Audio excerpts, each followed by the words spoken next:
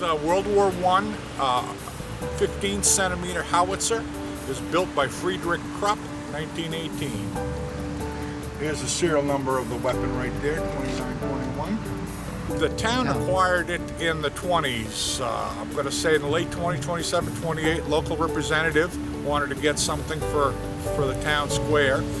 It came from Washington, D.C. Obviously, it came from Germany at the end of World War I. The piece has been here in town since 1927, I believe. I simply cleaned it, primed it, put another coat of paint on it in an effort to preserve it.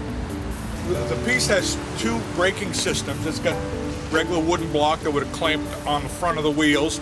This would have been mounted on a limber, being horse-drawn by probably a 4-horse team.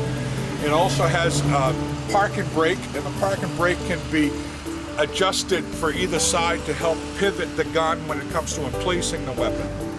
In this compartment would have been all the tools that were needed to service the gun, adjust the gun, the sight and everything would have been stored in there as well during transportation. The sighting mechanism is here. This hand wheel here does the elevation as far as raising and lowering the gun. This hand wheel here is the traverse. The traverse is limited to few degrees, but it does allow the barrel to be pivoted from side to side.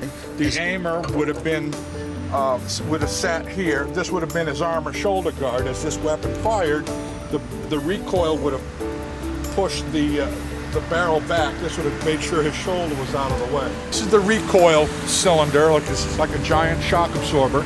I believe that it's probably hydraulically dampened.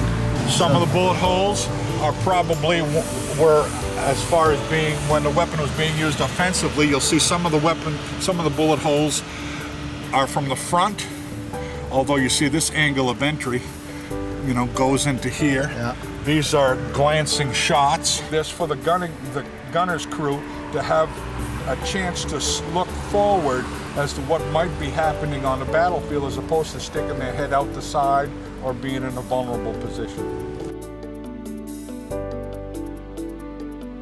Kennebunk TV, telling the story of a great community that is making a difference.